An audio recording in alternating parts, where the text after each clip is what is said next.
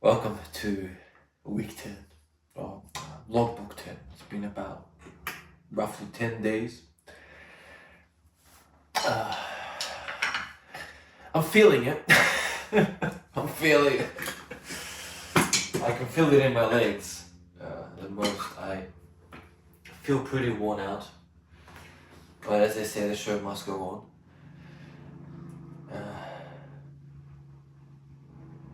It is what it is. But that's never stopped me in the past. So it's a part of being professional. It's part of discipline. It's part of focus, and you just have to find it in yourself to keep pushing forward. Some days are better. Some days are really bad. Some days are okay. But you have to find it in you to just keep pushing forward. So that's what we're gonna do today. I'm gonna share with you. I'm not sure why I'm saying like this. I'm gonna share with you what I have originally intended to share, and we're just gonna do it. Okay, I'm gonna do it slightly different this time. I'm gonna share with you three different tapes, versions, to share with you, to be as transparent as I possibly can in how we've progressed, moving into log 10. And how the progression has been over the past 10 days. What we're going to do first is I've been practicing with the earplugs in, sorry, the AirPods in, and with the metronome playing in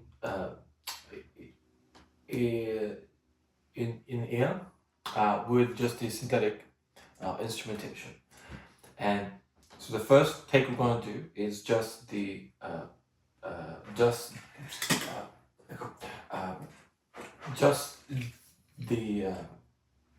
drums on their own without any backing tracks or anything. So it's obviously very raw because nothing's plugged in. You're probably going to hear more of my squeaky chair than anything else. But let's get this squared up a little bit. Cool. But I think it's good. It's a good marker to see kind of where pick up areas that might be amiss. When we're playing with the backing track and stuff like that, we can sometimes, or most of the time, get a bit carried away with where we are. And I think doing it like this can really give you a very transparent view of where things are, and then you can also pick up moments much clearer of where I need to improve it. Look, it's not the easiest thing for me to do right now, to be this vulnerable and transparent with you and sharing with you exactly my faults and stuff like that. But I just want it to be as encouragement for. Well, that got really bright all of a sudden. Right, cool. So I just got. Not sure. As encouragement for you to keep pushing, whatever. It doesn't have to be about the drums, but whatever area that you're working in to get better at. Hope this can serve as encouragement to keep improving, right? So let's without further ado, let's get into it.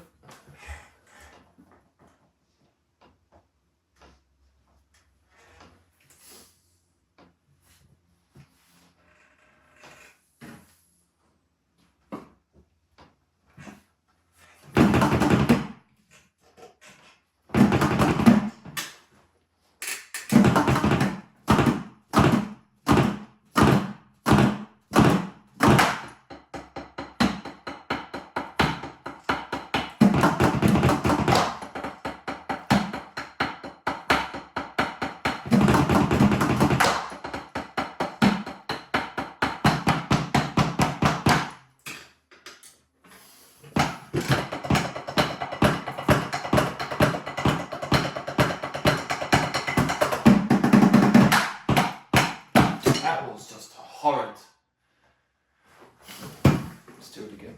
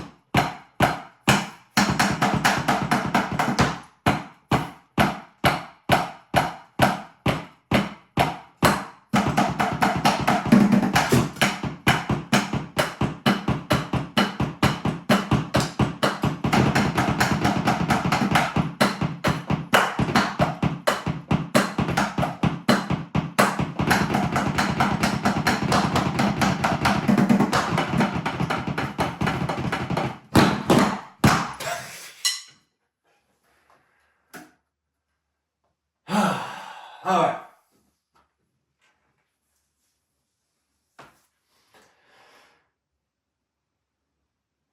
Fuck. Let's do it again.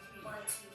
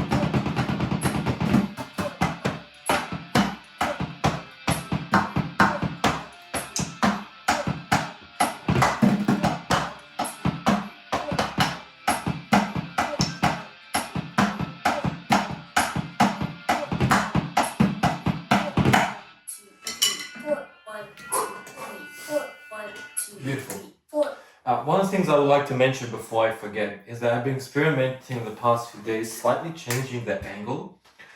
When I had everything set up before, if you've watched the breakdown drum video, if you haven't, if you got some time, please do check it out. I think it's drum setup, Viminacium Prep. I still have a couple left to share when I was setting things up, but in this first few that I shared with you, we had a lot of different things set up, right? And originally that's how I wanted it to be, right? So we had the high toms here, and had a couple lower ones here, a few different cymbals here, stuff like that, which is what I want to get to, right? It's a sort of dream. I'm assuming for a lot of many drum enthusiasts out there, it's quite a dream setup. No pun intended there. But Mark Portnoy, obviously, he just takes it to the next level. It's just, I wouldn't want to have like 50 cymbals around me and stuff like that. But I mean, it's fun to try out. But what I'm basically saying is that we had that before, right? But obviously, because it was two modules together and stuff like that, it just got too messy, and the amount that I need to invest into it is just not viable for me at the moment to really start to do that. So I decided to compact them. And when it's like this, there's a tendency, the reason I mention it is there's a tendency for me to sort of work like this, right? But when I had everything set up, then particularly when I was extending out here, the natural tendency for me was to slightly go on an angle. And that way, not only did I have better access to the snares, particularly when I'm switching over, it also gave me great flexibility when I was working sort of wrap around me. So then I could go here and then cut down across. When I was like this, it would always be a little bit tricky when I was going for the higher toms. I can't remember what the exact name for the really high toms are. They're not technically toms, so apologies. But when I was going up and then cutting across down, this setup wouldn't really work, right? For this, it does, because it has sort of 80s vibe, bit of a sort of Nirvana sort of vibe to it, right? But when you have an extension of toms and stuff like that, it doesn't really work. For here, it's okay, right? It's not as noticeable. Particularly here, it's not as noticeable. But I find, even though that it's not like this, that I'm sort of going back to the other way now. Now that I'm becoming more and more comfortable with the piece, I'm starting to naturally just go this way, and that gives me much better access to the snares, to the doubles, and yeah, I feel more comfortable. I feel a bit unorthodox, but I think that moving forward, it will be in a good place. Then naturally we can add an extension of drums, because this piece obviously does have a lot more extensions on it. Take the higher toms, additional small cymbals and stuff like that. And for now, this is what we're working with. So I just wanted to mention that. Okay, so you can see that from this second take, right? We've introduced the synthetic backing track for it. You can see how much what's it called? How much help the first sort of way we do it benefits the song. I find that things are a lot more sharper, a lot cleaner. There's still some pockets and stuff that I miss, which I'm not happy about, but that's why we're working onto them. And I made sure that I didn't miss the ones I missed in the first one, so that's good. But overall, yeah, positive improvements. I'm becoming a lot more relaxed and more into the song, which is really good. And then the timing as well, I feel, is getting stronger. There's still a few pockets here and there where we need to work on, but the main things for me are making sure that when the double kicks come in, they're good. Obviously, I want to add flares before then and do my own thing. But when we go into those double kicks, it's really important for me that those are bang on. Yeah, but I hope you can see how much sort of we can hide behind the song a little bit, right? The song is noticeable if you make a mistake or something like that, right? You can sort of the song will alleviate or sort of absorb a little bit of what's happening, right? So that's kind of what I've been doing. So I've been doing most of them within the ears. That really helps me get the timing right. And then what I do is then I switch over to the sort of original backing track like we did last time. I turn off the drums and we do it freehand just for the last go. So I do it as we practice with the metronome. And then on the last go, I turn everything off and see how much we've improved upon where we want to go. So that's what I'd like to share with you now. We're going to turn everything off. We're going to turn the metronome off, turn the drums off, just have the backing track playing, and see how we go with it. All right.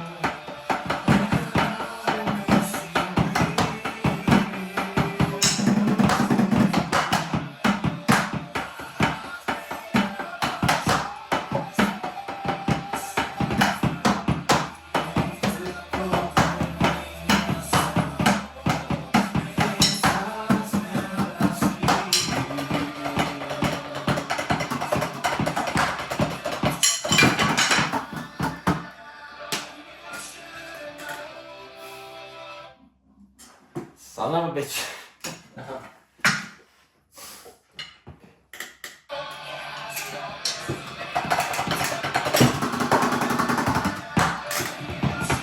Now, here we go.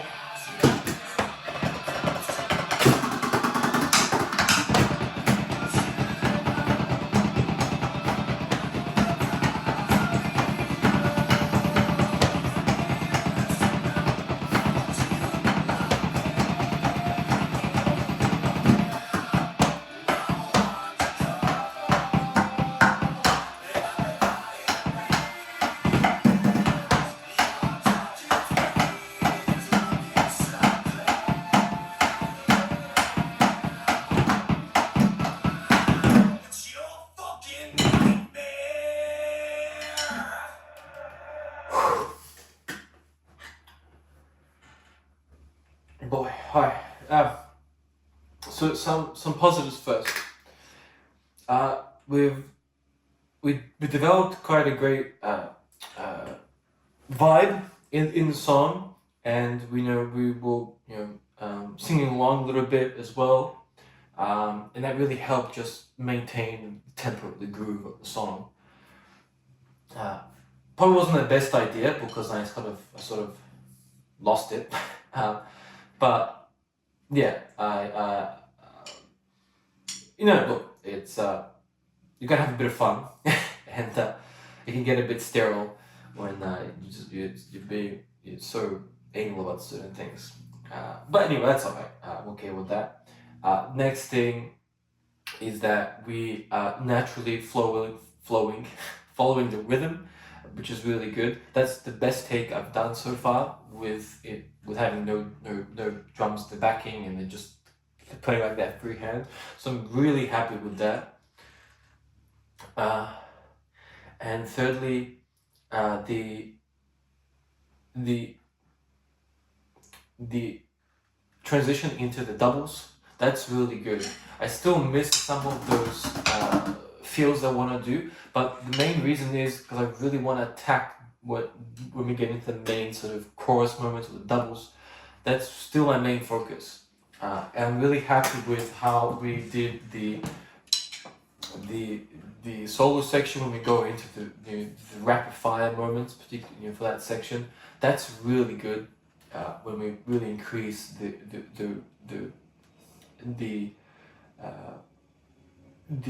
tempo with the kicks. I find that because that's freehand, we're following along well. Still, some bits and pieces, it was a bit messy, but overall, we're sticking with the tempo. Yeah. So, I think another thing is also that you can see that we are adjusting as we're going. So we're naturally, following the rhythm of the song and adjusting. Faster, slower. Okay, here, this. I tend, for example, when we do the quick sort of drum snare fills, I tend to go like that because I just want to have a bit of fun. Like right, like that, something like that, right? But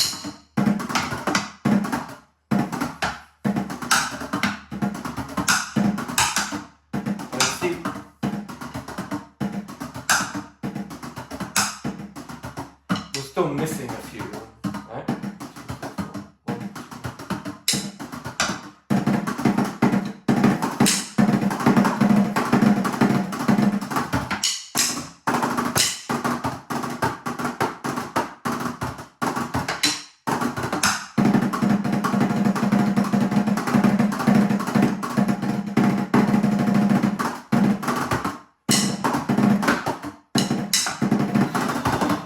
Okay, good. So this is something I'm working on, just having a bit of fun here and there with it. Okay, so I hope that from these 3 takes, I'm just freaking out. Cool. Just want to make sure it's recording. Sometimes it gives me a bit of a fright. So I hope that what we can notice from these 3 takes is the improvement first and foremost. pushing into log 10, and the ability for us to be quite critical on us. So if there is a piece that you're working on, we can tend to, as artists, as particularly as musicians, let our ego murk how good it is, and that's something I have really had to work on over the past few years. That my vision of what I want to do, my drive, and my confidence in something is fantastic, right? I am grateful to have that, to see something through. But at the same time, you have to be careful, because you can have blinders on, and it's difficult when you are sort of wanting to push yourself, but then you also have to be very critical of the quality of what you're doing.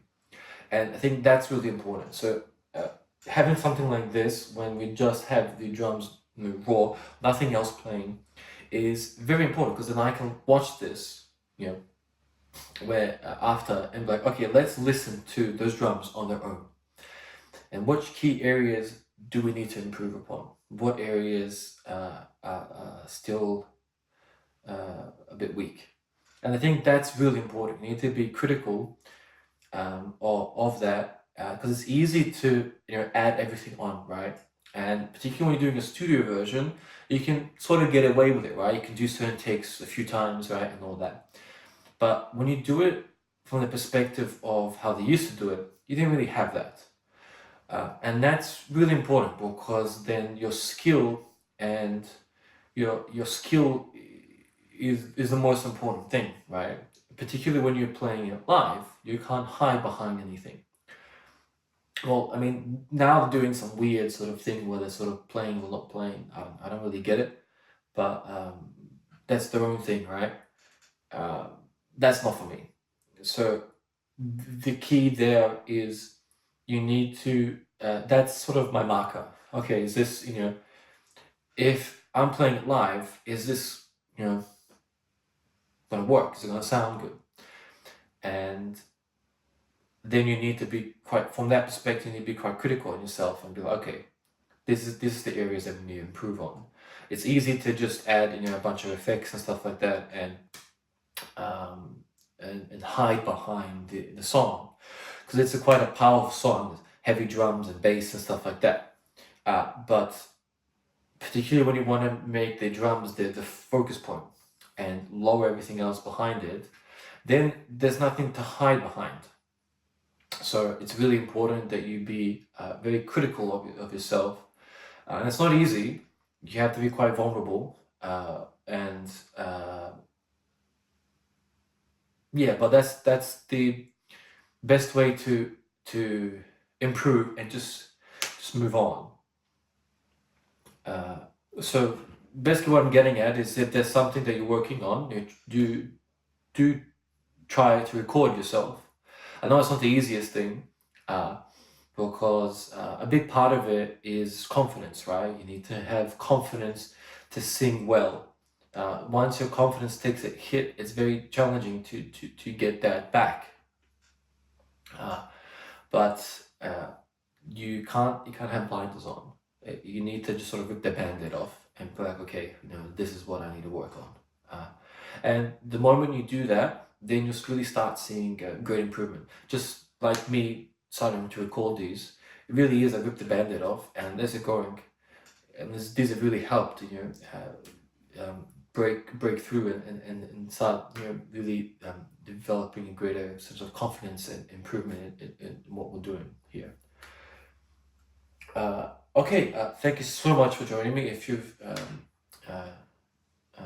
stuck with me to the very end, thank you so much. Really appreciate you supporting the journey and the process that I want. Hope this gives you a bit of inspiration. You can see how we started. We're not the best today. We're feeling a bit sort of, the Australian term is knackered. But you just need to find a way to keep pushing forward. Some days will be good, but you just need to find a way to be professional and be disciplined. And if there's something that you're intended to do, then you just do it, and you just you find a space to go into where you can become a little more focused, and zone in on what you need to do. Okay. All right, fantastic. Thanks so much for joining me for the drum reflection of log 10. Some great improvements, and we're going to march into log 11. All right. Whew. Okay, I'm really happy with that final one. It's the best one we've done so far. That's really good. It's going to give me the drive that I need to push into this new week. All right, fantastic. See you very soon.